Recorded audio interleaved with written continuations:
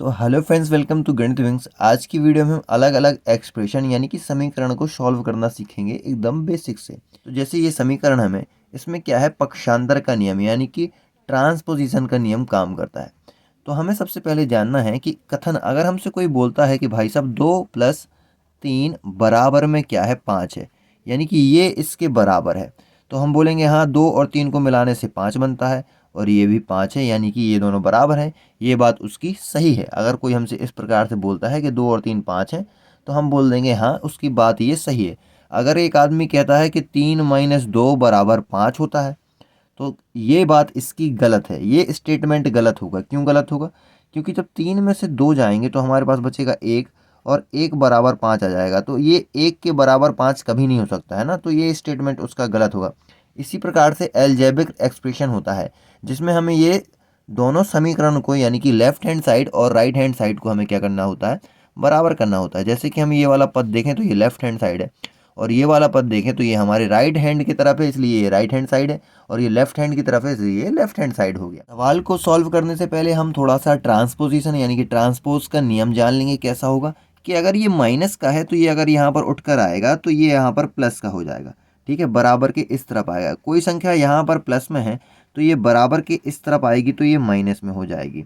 कोई संख्या गुणा में है, ये बराबर के इस तरफ आएगी तो ये भाग में हो जाएगी। और कोई संख्या अगर भाग में है तो बराबर के इस तरफ आएगी तो गुणा में हो जाएगी। तो जैसा कि हमारा पहला सवाल है कि x + 3 = 5, तो हम यहाँ पर x क्या है, x हमारा वेरिएबल है। वेरिएबल यानी कि हम इसको बोलते हैं चर, ये बदलता रहता है।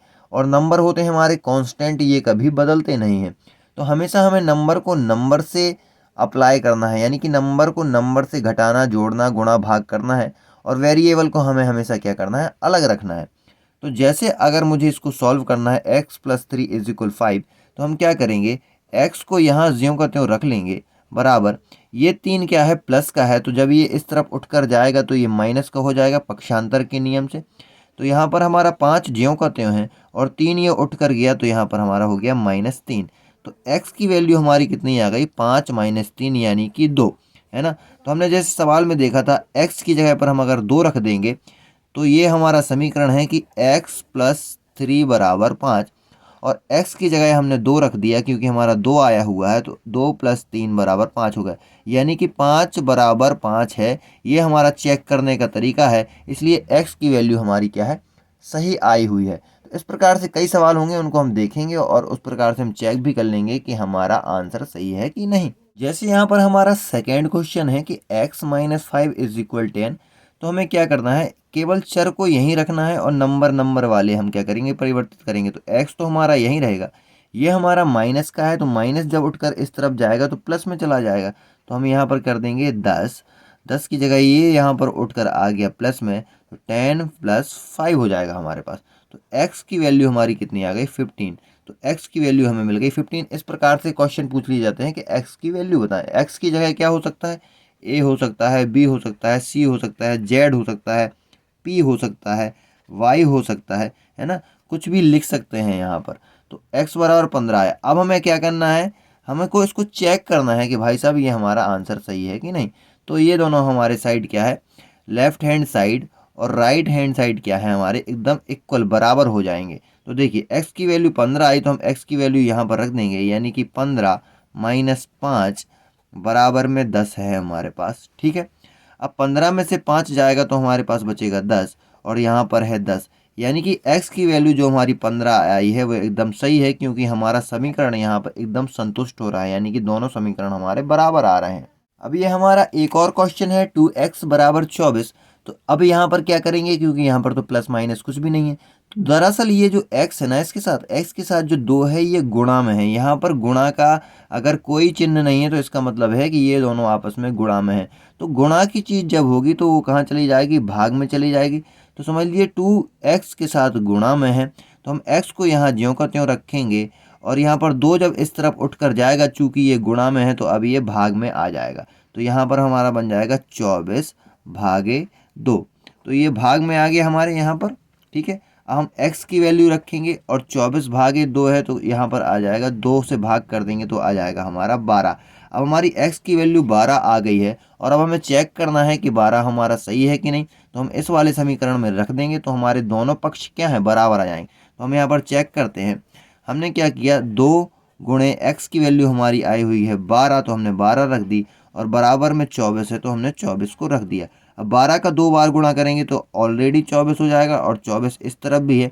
इसका मतलब है कि ये जो हमारे x का मान आया है वह एकदम सही है। इसी तरह कोई चीज़ अगर भाग में है, जैसे a भाग 7 इज इक्वल 3 लिखा हुआ है, तो ये चूंकि भाग में है तो इस तरफ जाएगा तो गुणा में चला जाएगा, यानी कि a तो हमारा यहीं रहेगा, ये उठकर इस तरफ आएगा तो गुणा में आ जाएगा, यानी कि 3 गुणे 7 हो जाएगा हमारा। तो a बराबर हो जाएगा हमारा कितना, 7 3 ज़ा 21। अब देखिए हम इसको चेक करते हैं। तो चेक करने के लिए हमें क्या करना है, a की वैल्यू हमें रख देना है। a की वैल्यू 21 है, डिवाइड में 7 है, और इज इक्वल में 3 है। ठीक है, तो जब 7 का हम भाग देंगे तो 7 3 ज़ा 21 होता है, यानी कि 3 इज इक्वल 3।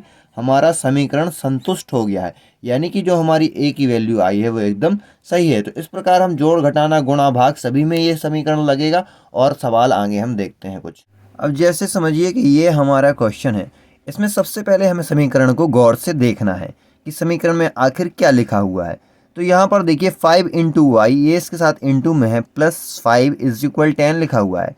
यहाँ पर हमें कोई नंबर सॉल्व करने के बाद मिलेगा जिससे ये दोनों वैल्यू 10 इज इक्वल 10 हो जाएंगी। तो हमें देखना है, तो सबसे पहले हमें क्या करना है, 5y को यहाँ ज्यों का त्यों रखना है, y वाला नहीं। सबसे पहले हम नंबर को नंबर के साथ सॉल्व करते हैं। तो हम क्या करेंगे, इस 5 को इस तरफ ले जाएंगे, क्योंकि ये प्लस का है, जब इस तरफ जाता है तो वो किस में हो जाता है, माइनस में कन्वर्ट हो जाता है। अब हम क्या करेंगे, इस 5 को इस तरफ ले गए, यानी कि 10 माइनस 5 हो गया हमारे पास। ठीक है, अब क्या है, ये 5y है, 10 माइनस 5, तो 5y बराबर हमारे पास बचा कितना, 5। 10 में से 5 चला गया तो 5 बचा।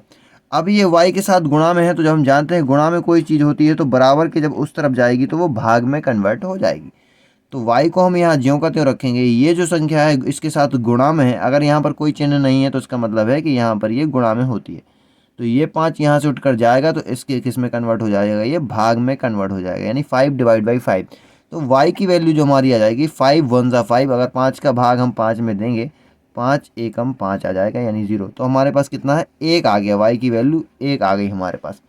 अब हमें चेक करना है कि क्या हमारा ये सवाल सही है, y की वैल्यू जो 1 हमारी आई है वो सही भी है कि नहीं। तो हम यहाँ पर चेक करते हैं। देखिए इस वाले समीकरण में 5y की जगह रखते हैं हम 5, y की जगह रखते हैं कितना, 1, क्योंकि ये इंटू में है, प्लस रखते हैं 5 और इज इक्वल 10। अगर हमारा सवाल सही है तो 10 आना चाहिए। तो 5 1 ज़ा 5 हो जाएगा, और प्लस 5 हो जाएगा, और इज इक्वल 10 हो जाएगा। 5 और 5 को ऐड करेंगे तो 10 बन जाएगा, और इस तरफ भी हमारा 10 है, यानी कि हमारा जो है LHS बराबर हो गया है RHS के, और ये हमारा इक्वेशन सही है। तो यहाँ पर जैसा हमारा सवाल है 4x plus 5 is equal 5x minus 10, इसमें हमें क्या करना होगा, पहले तो आपको इसको गौर से देखना है, और फिर देखने के बाद आपको ये देखना है कि यहाँ पर दोनों जगह अलग अलग x आ गए हैं। तो x से पहले हम x वाला सॉल्व करेंगे और नंबर वाला नंबर के साथ सॉल्व करेंगे। तो अगर आप यहाँ पर देखें तो अगर हम क्या है, अगर हम 5 को यहाँ पर ज्यों का त्यों रखें और ये 4x है, 4x है, यानी कि 4x यहाँ पर प्लस का है। ठीक है, क्योंकि अगर यहाँ पर 4x का कोई नहीं रहता साइन तो इसका मतलब है कि प्लस का ही साइन होता है। 4x यहाँ पर प्लस का है तो हम इस 5 को यहाँ ज्यों का त्यों रखते हैं और 4x को इस तरफ ले जाते हैं। ठीक है, तो यहाँ पर हमारा समीकरण है 5x माइनस 10, और ये 4x भी यहाँ आ जाएगा, तो ये माइनस का 4x हो जाएगा।